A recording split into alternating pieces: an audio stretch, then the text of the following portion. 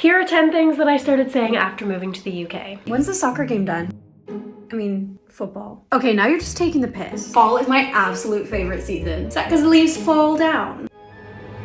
Autumn. Ugh, his barking is just doing my head in. Have you got your second jab yet? You know what? It's just better if you ring me whenever you get out, okay? Hey, I'm just gonna go run to the garage. Convenience store? I don't know anymore. If you don't know me, my name is Jackie. I'm a Canadian now living in Manchester, England. I moved here about 3 months ago now to be with my boyfriend. He is from here. We were dating long distance for 2.5 years over COVID, and now I live here. You would think that 3 months is not enough time for me to start speaking like the locals, but you would be wrong. There are some things that it's just easier to say, or it makes more sense to me, or it's just more descriptive than the words that I'm used to in American English, and these are what they are. This is them. This is they. God, this is not a good start. Takeaway instead of takeout. In the US, we say takeout. In the UK, it's takeaway. I mean, they're very similar words, but I've just kind of adapted to it because everyone else says takeaway, and I don't want to be the odd man out, so I've just switched it. That's a pretty easy one, I would say. It's a pretty natural switch. Brew, which is like a coffee or a tea. I specifically chose to adopt this one because I think it is such a cute way of saying it. Instead of saying like, oh, do you want a coffee? You can say, do you want a brew? I just think it's really cute. So I have gone out of my way to adopt this one. Doing my head in. I love this phrase. Everyone says it here. It basically is like if something is driving you nuts or, you know, like just making you crazy or, you know, annoying you say, oh, that's doing my head in. I love this term. I think it is so descriptive. It just says exactly, I don't know, it's just like, I really love it. So I've specifically adopted this one into my speech, and I don't have any regrets about that. A lot of people in the North will have breakfast, dinner, which is lunch, and then tea, which is dinner.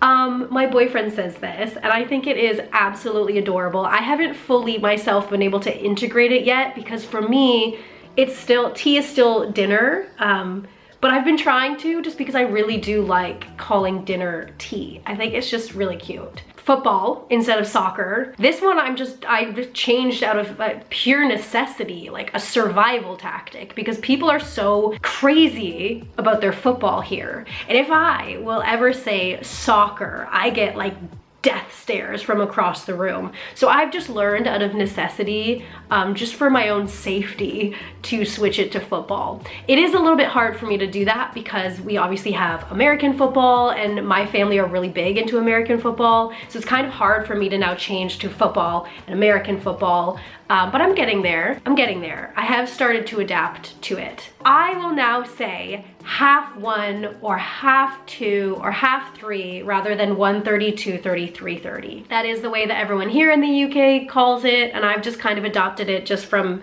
hearing everyone else call it that, and just to make it easier. Everyone here will still know what I'm saying if I say 1:30 or 2:30 or 3:30. Of course, they still know. It just kind of makes it easier if you just say the same words that they say. So, all right, this one is so stereotypical, but I still say it all the time. Mate.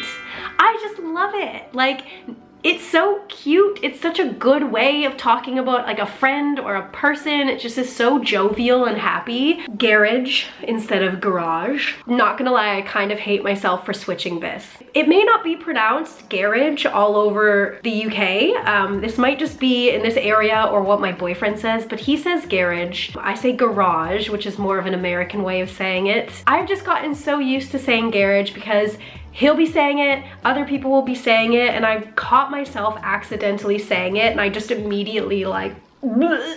But it is one that I've accidentally picked up, so.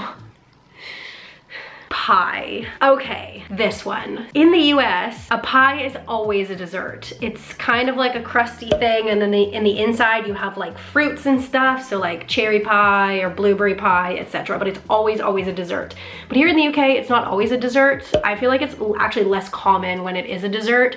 A lot of times it'll have stuff in it like meat and cheese and potatoes and all of that. It's more of like a dinner food. So now, because I'm so used to those kinds of pies, my first thought when I say pie is that kind of a pie rather than like a cherry pie or something like that. So that is something that has been changing a lot in my mind over time, which I think is really interesting. This isn't so much a word or a phrase, but rather a speech pattern that I've picked up that I find to be quite interesting. In Canada, we will often go up at the end of our sentences, so everything kind of sounds like a question. It's one of the reasons why people think Canadians sound so polite, is because we're always asking a question. Whereas in the US, it's more common for people to go down at the end, and that's oftentimes why people will think that Americans are more aggressive or assertive. It's because they go down more like a statement rather than a question. And when I moved from Canada to the US, I definitely started to try to adapt my speech downwards to kind of fit in more with people. And then the second that I moved to England, it went right back to that up, because the intonation pattern here is more in general for the speech to be more up and down and to go up at the end. So I just naturally fell back into that Canadian way of speaking because it's more similar to how people speak here.